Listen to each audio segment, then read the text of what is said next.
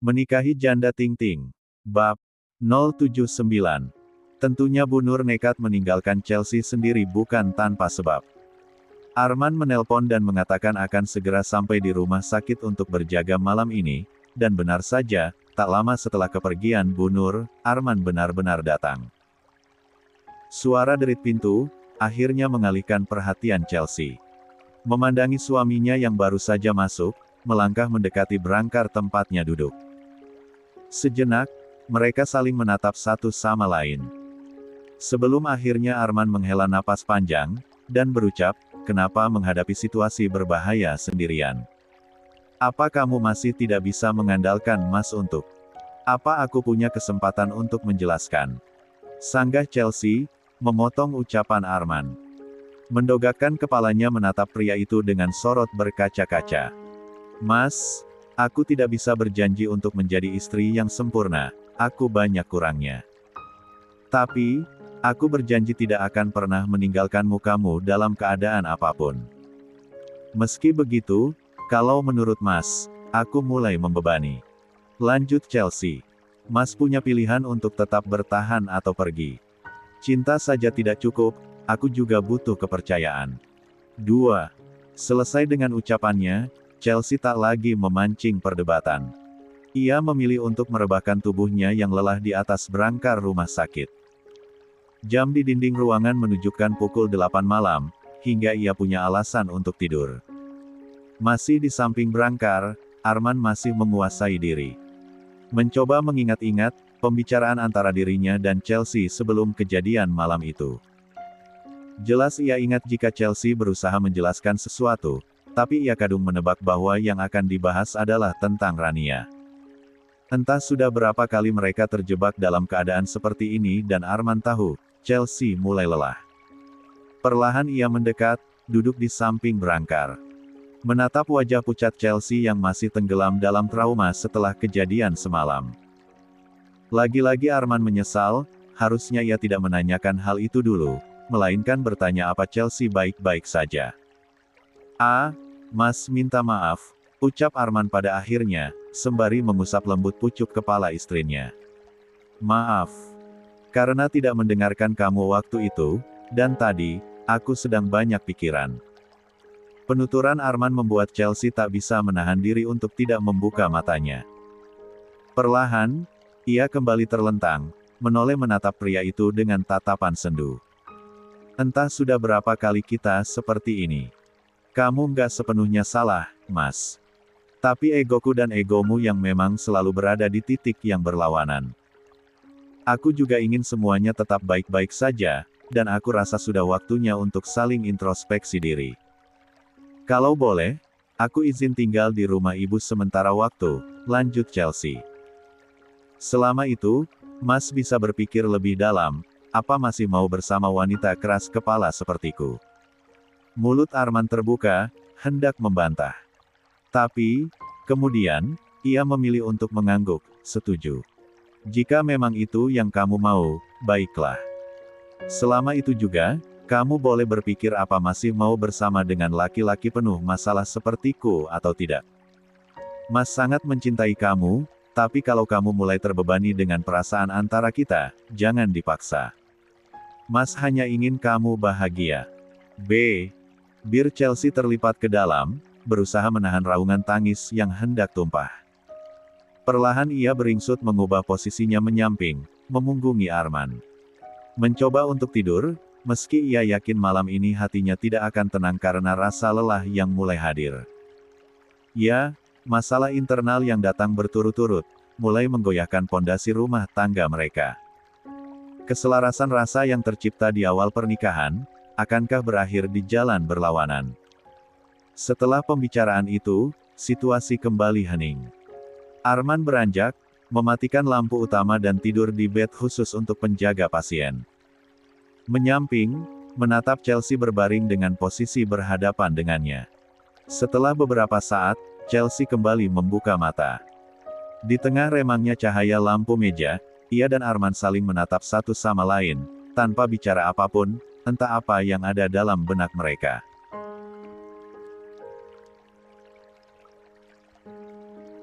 Hari ini, Setelah serangkaian perawatan untuk pemulihan, Chelsea diizinkan pulang oleh dokter. Meski begitu, ia disarankan untuk kembali check up kesehatan kandungannya minggu depan. Meski sedang tidak baik-baik saja dan di tengah kesibukan kasus Bu Fanny, Arman tetap memenuhi kewajibannya untuk mendampingi Chelsea hari ini. Sambil menunggu Bu Nur datang, ia membantu Chelsea memasukkan barang-barang ke dalam tas. 3. Chelsea pun tak tinggal diam, meski lengannya terluka dan masih bengkak pasca kejadian itu. Ia juga ikut beres-beres meski tak ada obrolan apapun antara dirinya dan Arman. "Maaf, Ibu telat." Bu Nur yang baru saja masuk, langsung menghampiri anak dan menenantunya. "Ini, Chelsea beneran jadi, tinggal di rumah Ibu sementara waktu."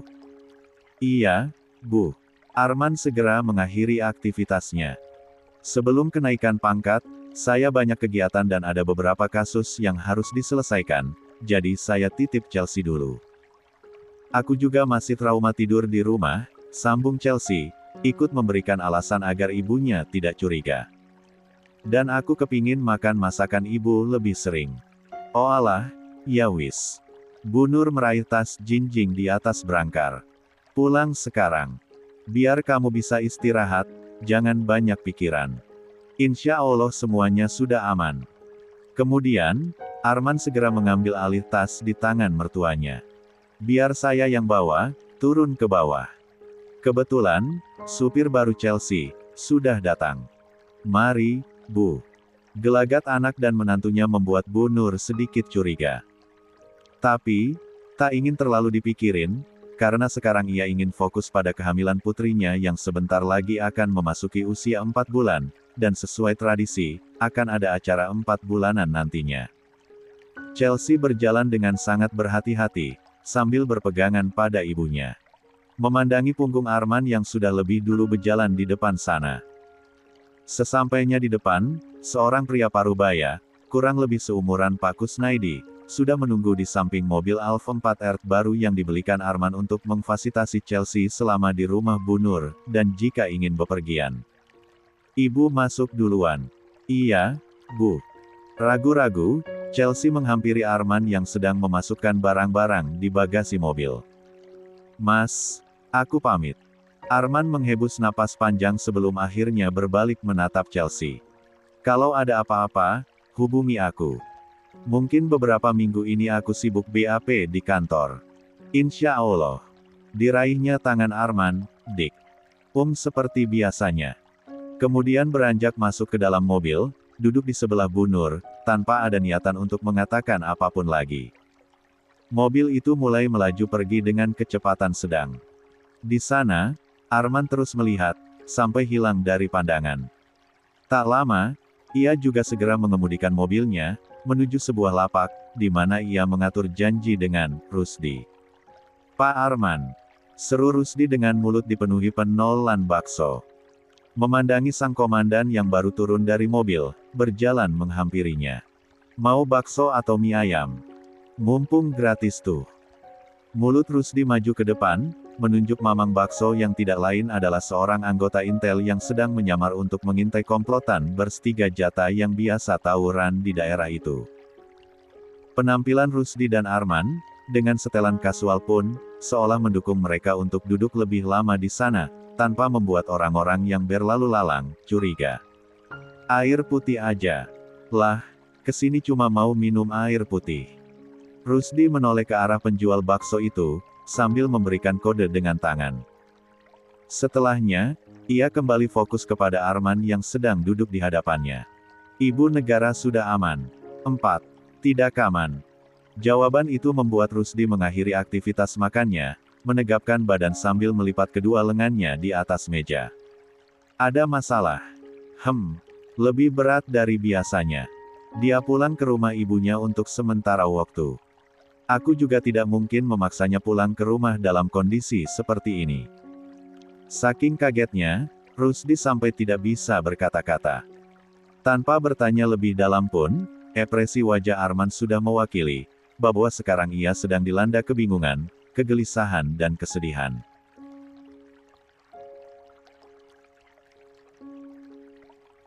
Rus, kalau Chelsea tidak mau kembali kepadaku, gimana, ya? Dia kelihatan lelahnya sekali. Loh, tenggorokannya tiba-tiba terasa kering mendengar pertanyaan itu. Sebelum menjawab, Rusdi kembali meneguk segelas air putih. Aku nggak pengalaman sih. Tapi, bukannya hal seperti ini biasa dalam kehidupan rumah tangga.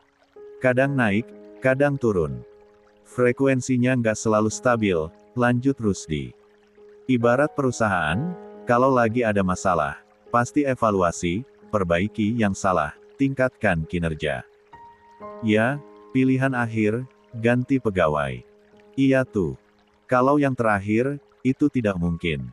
Arman menghela napas panjang. Kalau nggak sama dia, ya nggak sama siapa-siapa. Biarkan dia berpikir, keputusanku, tergantung dia.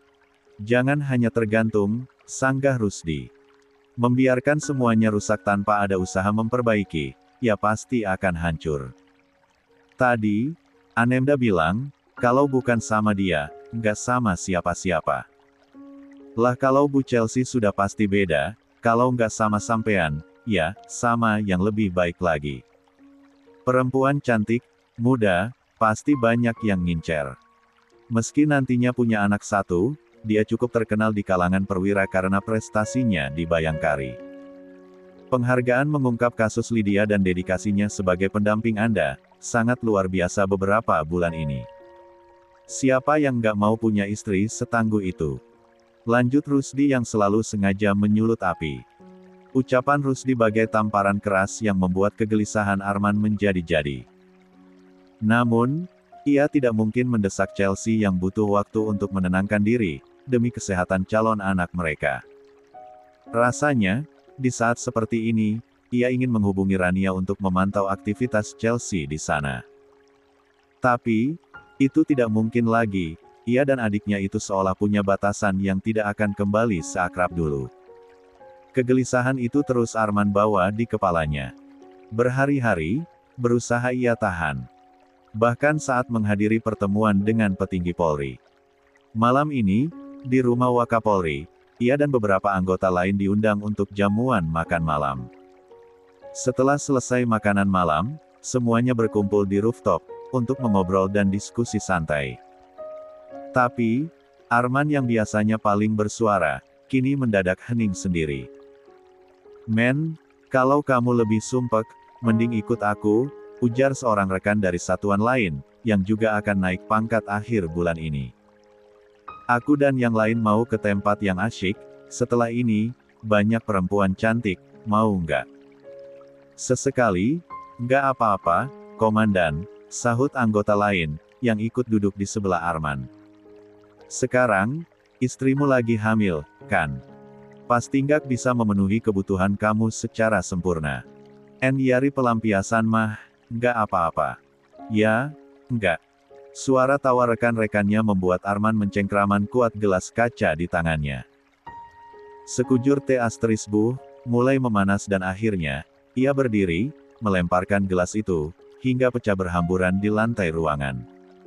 Riuh di area itu tiba-tiba berubah hening. Semuanya menoleh kepada Arman. Memperhatikan gejolak. 5. Amarah yang tergambar di wajah komandan reserse kriminal itu. Tawaranmu sangat menjijikkan. Tangan kanannya mencengkram kuat, kerah kemeja rekannya, hingga ikut berdiri dari posisi duduknya. Kau, punya istri dan seorang anak 4 laki-laki, tapi masih sering mencari pelampiasan. Jangan pernah membangun kepalsuan, dan bersikap seperti pahlawan di depan anak 4 Sentak Arman dengan menggebu-gebu. Kamu akan menyesal, setelah anak 4 beranjak dewasa dan dia tahu jika ayahnya tidak lebih dari bach. Ngan. Arman menghempas tangannya, hingga pria itu jatuh terduduk di sofa. Tak ingin terlalu melewati batas, ia segera berbalik pergi, meninggalkan area rooftop rumah Wakapolri. Loh, men. Mau kemana? Pertanyaan Pak Waka tak lagi ditanggapi oleh Arman. Ia hanya menunduk hormat kemudian melanjutkan langkahnya. Sedangkan di sofa, para pria itu mulai saling menyalahkan. Ya, Tidak seharusnya mereka mencoba-coba menawarkan hal seperti itu kepada seorang pria yang tidak pernah neko-neko meski mempunyai segalanya. Semakin dipikirkan, Arman terus menekan pedal gas mobil lebih dalam lagi. Mengemudi tanpa tujuan yang jelas dan pada akhirnya, hati dan pikirannya menuntun ia untuk mendatangi rumah sang mertua, di mana Chelsea berada. Di tepi jalan, ia memarkirkan mobilnya. Bersandar pada badan mobil sambil memandangi rumah berpagar coklat di depan sana. Lampu-lampu yang sudah padam, menandakan jika penghuni di dalamnya sudah tidur. Ternyata, sehampa ini, tanpa melihat dan mendengar ocehannya, gumam Arman. Cukup lama, ia berdiri di sana. Sibuk dengan isi pikiran yang tak menentu, setelah rasa gelisah di hatinya mulai reda, ia berbalik, hendak masuk ke dalam mobil. Mas Arman. Gerakan tangannya yang sedang memegang handle pintu, terhenti. Menoleh ke arah sumber suara dan akhirnya mematung, melihat seorang wanita bergamis pink dan jilbab abu, sedang memegang kantong plastik di tangannya. Ya, siapa lagi kalau bukan Chelsea? Ia baru saja pulang dari tempat pengajian di rumah tetangga ibunya. Saat melihat Arman, ia maju mundur untuk menyapa, tapi sebagai istri, ia tidak mungkin menghindar begitu saja. Tadinya, ia bersama Rania. Tapi, gadis itu langsung lari dengan kaki yang masih pincang, bersembunyi karena takut bertemu dengan Arman. Aku datang untuk mematikan area ini aman, jelas Arman sebelum Chelsea bertanya. Takut, kalau ada penyusup lagi. Oh iya, terima kasih. Dari jarak 3 meter, mereka hanya saling menatap tanpa bicara untuk sekedar basa-basi lagi. Hingga beberapa saat kemudian, Chelsea mengulurkan tangannya yang sedang memegang kantong plastik berisi makanan. Berkat dari rumah tetangga. Mau. 6. Segaris senyum tipis tergambar di wajah maskulin itu. Ia berjalan mendekat, tapi bukan untuk mengambil bungkusan di tangan Chelsea, melainkan mentigaluknya dengan erat. 7. Hari ini terlalu melelahkan, tanpamu. Bisikan Arman membuat Chelsea membeku tanpa memberikan respon apapun. Namun, hangat dekapan pria ini, serta aroma maskulin yang begitu kuat, membuat rindu yang terbelenggu dalam ego, perlahan muncul ke permukaan. Sebelah tangannya hendak terangkat, mengusap punggung Arman. Namun, kembali ia urungkan karena merasa pelukan ini tidak boleh berlangsung terlalu lama di tengah jalan umum. Perlahan, Chelsea melepaskan pelukan itu, mendongakkan kepalanya menatap pria tinggi berjaket kulit hitam di hadapannya. Apa proses hukum Bu Fanny berlangsung lancar? Alhamdulillah. Sejauh ini semuanya berjalan lancar. Setelah ini aku harus balik ke kantor lagi. Ah begitu. Chelsea melirik ke arah rumah ibunya, melihat pintu depan yang sudah terbuka. Menandakan jika Rania sudah masuk. Ibu nanyain Mas kemarin. Mau masuk sebentar. Tawaran yang biasanya langsung diiyakan oleh Arman, sekarang membuatnya berpikir keras. Lah tahu jelas jika sekarang gadis muda itu, tinggal di rumah mertuanya. Besok saja, sekalian ngantar kamu ke dokter kandungan. Diraihnya bungkusan makanan di tangan Chelsea. Dari tadi aku penasaran dengan isi berkat ini. Temani aku makan di mobil, sebelum balik ke kantor. Cara Arman mengalihkan perhatian, membuat Chelsea mengerti jika waktu 1 minggu, 1 bulan dan mungkin 1 tahun, tidak akan cukup untuk membuatnya luluh dengan Rania. Baiklah. Ia berjalan masuk, duduk di kursi depan mobil mendahului suaminya. Sontak, hal itu membuat Arman sedikitnya bisa lebih bersemangat, meski harus bergadang di kantor malam ini. Tanpa pikir panjang, ia menyusul masuk, duduk di belakang kemudi. Membuka bungkusan makanan itu, dan memulai aktivitas makannya dengan melahap roti isi dan sepotong buah semangka yang terlihat begitu menyegarkan. Dari samping, Chelsea hanya sibuk memperhatikan. Ia tahu akhir-akhir ini Arman sangat sibuk, jangankan pulang, untuk sekedar makan saja, dia tidak punya cukup waktu. Bu Waka tadi ngecat, ada acara makan malam di rumahnya. Mas datang. Sebentar. Kenapa sebentar? Masih sambil mengunyah makanannya, Arman menoleh menatap sang istri yang terlihat begitu penasaran.